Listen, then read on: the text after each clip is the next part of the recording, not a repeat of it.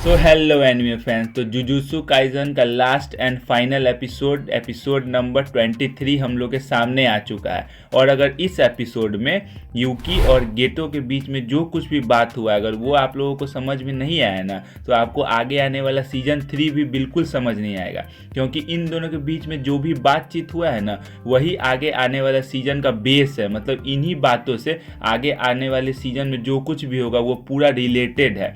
तो चलिए इस पूरे एपिसोड को शुरू से एकदम डिटेल में बातचीत करते हैं and let's roll the intro.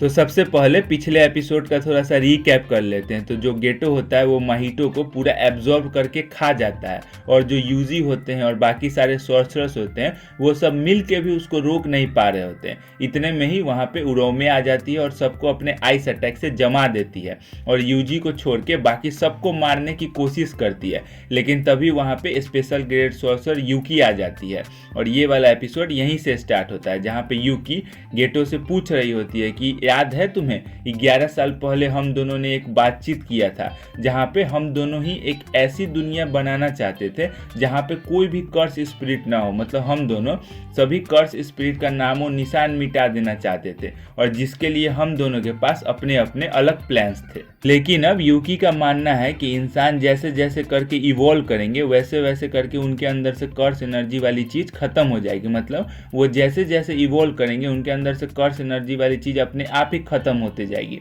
But यहाँ पे जो गेतो होता है वो बोलता है कि नहीं, इंसान अगर कर्स एनर्जी का यूज करेंगे तो वो और ज्यादा बेहतर होते जाएंगे।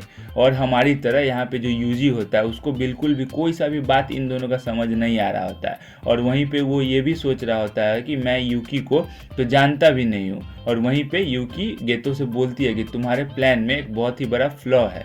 असल में जापान के बाहर कर्स स्पिरिट या सॉर्सरर्स बिल्कुल ना के बराबर है, क्योंकि जापान के ऊपर में टेंगेन समा का एक बैरियर बना हुआ है जिसके वजह से ये लोग कर्स एनर्जी का बहुत अच्छे से यूज कर पाते हैं। मतलब कर्स एनर्जी ऑप्टिमाइजेशन हो पाता है यहाँ पे।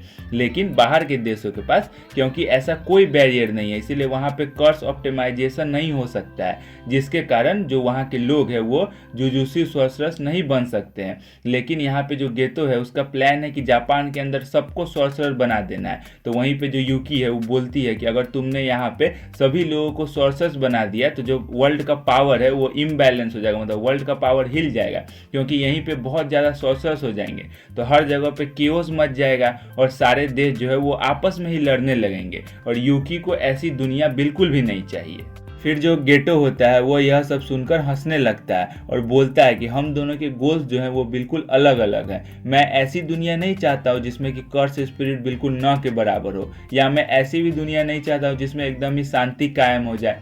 सॉर्सरस, नॉन सॉर्सरस या फिर कर्स स्पिरिट, यह सब इंसानों के ही रूप है जो कि कर्स एनर्जी से ही बनते हैं। लेकिन इंसानों को इससे भी ज़्यादा शक्तिशाली बनाया जा सकता है। मतलब उन्हें उनके मैक्सिमम पोटेंशियल पे पहुंचाया जा सकता है। तो जो गेतो के अंदर अभी कर्स स्पिरिट है वो पास्ट में बहुत सारा एक्सपेरिमेंट किया होता है इंसानों को अपने मैक्सिमम पोटेंशियल पे पहुंचाने के लिए। मतलब वो बहुत सारे एक्सपेरिमेंट करके देखता है कि इंसानों को किसी भी तरह उनके मैक्सिमम पोटेंशियल पे पहुंचा दिया जाए, लेकिन उसका कोई भी एक्सपेरिमेंट पीछे जो होता है वो कामयाब नहीं हो पाता है। मतलब वो जो भी एक्सपेरिमेंट करता है और उससे जो भी बनता है वो उसके लेवल को भी पार नहीं कर पाता है, और वो चाहता है कि इंसानों को उनके मैक्सिमम पोटेंशियल तक पहुंचा दिया जाए। तो वो अपने हर एक्सपेरिमेंट में अभी तक फेल हुआ होता है। इसीलिए अब जो गेटो होता है वो बोलता है कि मैं अपने गोल्स को अचीव करने के लिए कुछ ऐसा करूंगा जिसको मैं खुद भी कंट्रोल नहीं कर पाऊंगा, और इसके लिए मैंने कर्स टेक्निक का उपाय भी कर रखा है। तो यह सुनकर यूकी जो होती है वो एकदम से ही चौंक जाती है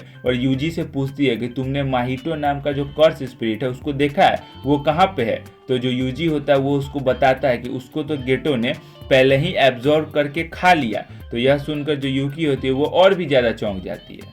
फिर जो गेटो होता है वो अपना हाथ जमीन पे रखता है और माहितो का जो टेक्निक है आइडल ट्रांसफिग्यूरेशन उसको एक्टिवेट कर देता है, जिसके वजह से ग्राउंड पे एक बहुत बड़ा सा मार्किंग हो जाता है और वो मार्किंग कुछ ही देर में आसमान में भी दिखने लगता है। फिर यहाँ पे ये सारी चीज़ें देख के हमारे जो सॉर्सरर्स होते हैं वो बहुत ही ज़्यादा हैरान परेशान हो जाते हैं, और फिर जो गेटो होता है वो यूजी को थैंक यू बोल रहा होता है, क्योंकि यूजी ने माहितो से लड़के उसको एकदम अल्टीमेट फॉर्म तक पहुँचा दिया था। मतलब उसको माहितो को एकदम एकदम मैक्सिमम लेवल तक पहुंचा दिया था। इसीलिए जो गेटो होता है वो उसको थैंक यू बोल रहा होता है और उसको समझाता है कि अगर मैं अपना जो टेक्निक का यूज़ करके किसी भी कर्स स्पिरिट को एब्जॉर्ब कर लेता हूँ तो उसका जो डेवलपमेंट है, उसका जो टेक्निक है, इम्प्रूव होना बंद हो जाता है, वो वहीं पे रुक जाता है। लेकिन यूजी जब माहितो से लड़ा और उसको उसके मैक्सिमम पोटेंशियल तक पहुंचा दिया और जब मैंने उसको एब्जॉर्व किया, मतलब उसके बाद मैंने उसको एब्जॉर्व किया, तो उसको उसका ज़्यादा पावर मिला, इसीलिए वो उसको थैंक यू बोलता है। और गेतो यहाँ पे ये भी बोलता है कि मैं तो जोगो को भी एब्जॉर्व करना चाहता था मगर ऐसा हो ही नहीं पाया।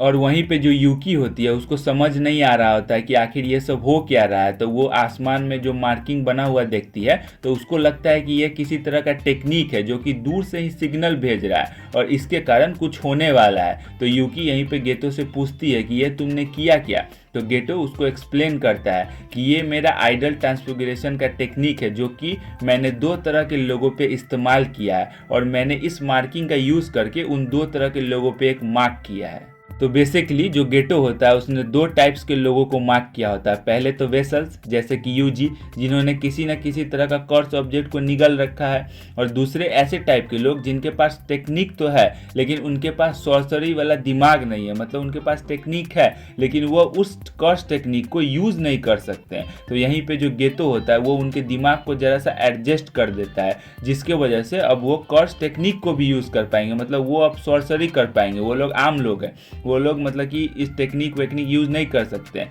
लेकिन अब वो लोग भी टेक्निक यूज़ कर पाएंगे सॉर्सरर्स की तरह। अब बात रही वेसल्स की, तो वेसल्स को उसने और मजबूत बना दिया जिसके वजह से वो और अच्छे वेसल्स बन पाए। वो यहाँ पे बताता है कि उसने ना अपने हाथों से कई वेसल्स को चुना जिसके अंदर उसने बहुत पुराने सॉर्सरर्स के कर्स ऑब्जेक्ट, मतलब बहुत पुराने सॉर्सरर्स से रिलेटेड कर्स ऑब्जेक्ट खुद से डाले हैं। यानी जो गेतो होता है उसने बहुत पहले पुराने सॉर्सरर्स के साथ कोई कॉन्ट्रैक्ट कर रखा होता है और उसने खुद से मतलब वेसल्स चुन के और उनके अंदर कर्स ऑब्जेक्ट डाले होते हैं। जिसके बाद गेतो एक रस्सी का नॉट खोल देता है और जिसका मतलब ये होता है कि उसने जो भी कर्स ऑब्जेक्ट्स को वेसल्स के अंदर डाला है ना वो सारे अब अनलॉक हो जाएंगे, मतलब उसने उनका सील हटा दिया है जिसके वजह से अब वो सारे सॉर्सरर्स उनके बॉडी के अंदर जागेंगे। जैसे कि यहाँ पे एग्जांपल लेते हैं यूजी का। यूजी ने जब सुकुना का फिंगर खाया था तो सुकुना उसके बॉडी के अंदर कैसे जाग गया था, उसी तरह से यहाँ पे गेतो ने किया है कि उसने जितने भी बॉडी के अंदर जो कर्स ऑब्जेक्ट्स डाले हैं ना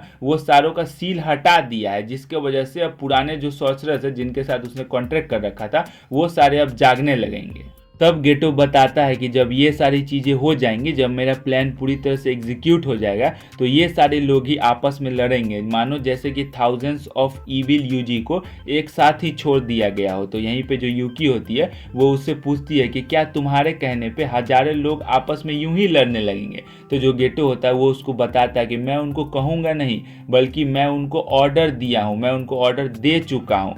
और फिर यहाँ पे जो यूकी होती है वो बगल में यूजी से बोल रही होती है कि अरे बहुत बकवास कर रहा है, चलो ना थोड़ा इसकी धुलाई करते हैं। तो वहीं पे जो यूजी होता है वो बोलता है कि मगर कैसे, मैं तो आइस में जमा हुआ हूँ, मैं तो हिल भी नहीं सकता हूँ।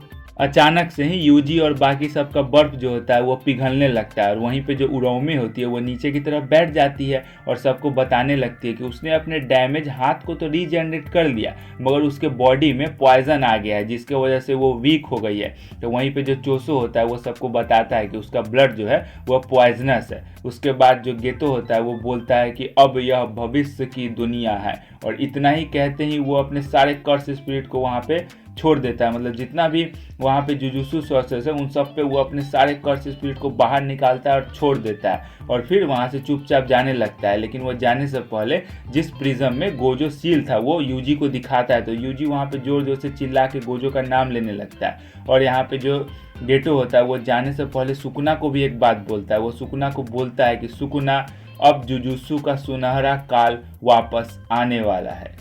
उसके बाद जो गेटो होता है वो वहाँ से चलता बनता है, मतलब उसका कोई कुछ भी नहीं कर पाता है। उसके कुछ ही दिन बाद हम लोग को टोक्यो को ऊपर से दिखाया जा रहा होता है, मतलब मेनली शिबुया वाला जो इलाका है वो हम लोग को दिखाया जा रहा था कि वहाँ पे तबाही के अलावा और कुछ भी नहीं दिख रहा है। वहीं पे जो जुजुत्सु हेडक्वार्टर्स के लोग होते हैं वो आपस में डिस्कशन कर रहे होते हैं कि करीब 23 वाट्स को पूरी तरह से बर्बाद कर दिया जा चुका है और बस कुछ ही एरिया है जो कि थोड़े ठीक ठाक से बचे हुए हैं, और उन एरिया में रहने वाले करीब 5 मिलियन लोगों को वहाँ से जल्द बाहर निकालना पड़ेगा, क्योंकि जो गेतो है उसने ऑलमोस्ट 10 मिलियन कर्स स्पिरिट को आज़ाद कर दिया है।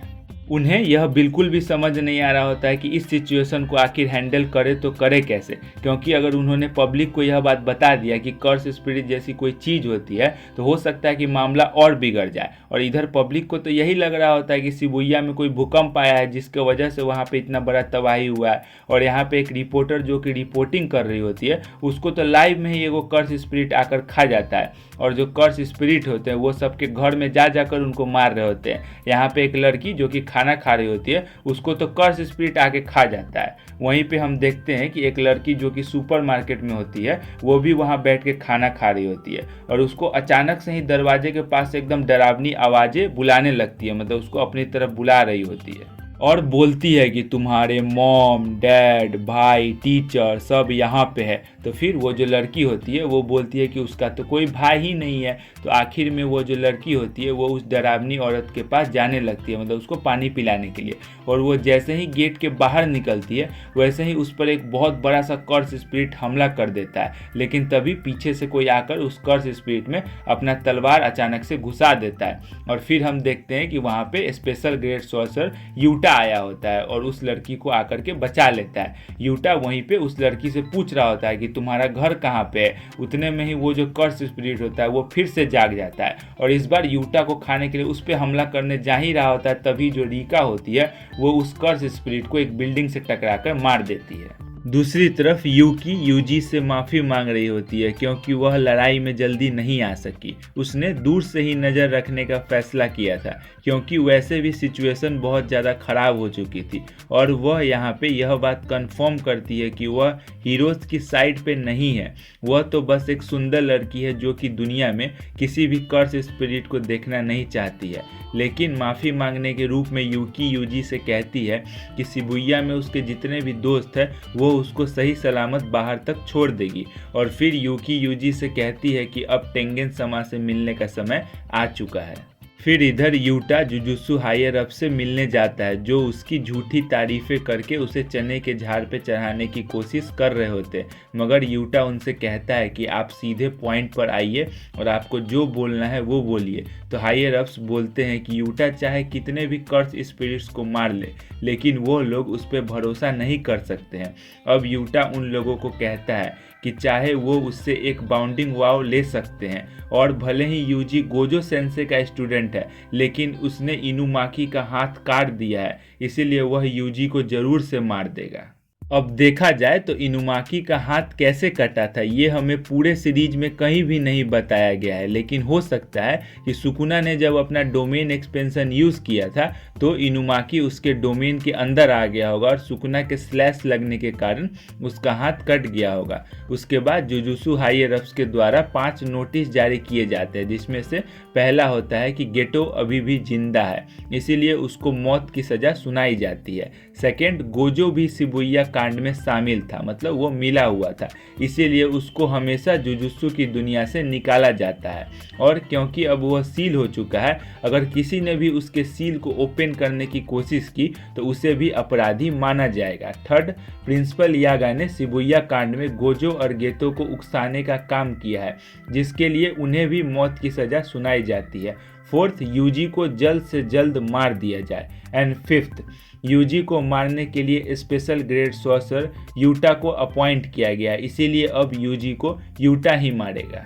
फिर शिबुया के अंदर हम एक सुनसान सड़क पर यूजी को देखते हैं जो कि सुबह होते ही एक ताली बजाता है, और इस आवाज़ को सुनते ही पानी में से बहुत बड़े बड़े कर्स स्पिरिट बाहर निकलने लगते हैं, और इसी के साथ शिबुया आर्क यहीं पे एंड हो जाता है। तो दोस्तों, इसी के साथ जुजुत्सु काइजन का सीजन 2 यहीं पे एंड होता है। आपको इस सीज़न में क्या अच्छा लगा कमेंट करके बता सकते हैं। यह पूरा आर्क देखने में तो बहुत मज़ा आया, मगर यार एपिसोड में कई जगह पे तो कई चीज़ों को एक्सप्लेन ही नहीं किया जाता है, जिसके कारण ठीक से उस चीज़ को समझने में बहुत ज़्यादा दिक्कत होने लगता है। लेकिन चलो कोई ना, इसका सीजन 3 कलिंग गेम्स को भी अनाउंस कर दिया गया, मतलब उसका अनाउंसमेंट ट्रेलर आ गया है। अब वो पूरा सीज़न कब आएगा इस चीज़ को हम लोग को क्लियर करके डेट तो नहीं बताया गया, लेकिन हाँ अनाउंसमेंट ट्रेलर आ चुका है कि आएगा। तो इसी के साथ इस वीडियो को यहीं पे एंड करते हैं। अगर आप लोगों को ये वीडियो पसंद आया होगा तो प्लीज़ अपने तरफ से एक लाइक कर दीजिएगा, चैनल को सब्सक्राइब कर दीजिएगा और वीडियो को अपने प्यारे प्यारे दोस्तों के साथ शेयर कर दीजिएगा। तो मिलते हैं ऐसे ही किसी नेक्स्ट ऑसम सी वीडियो में, तब तक के लिए बाय बाय।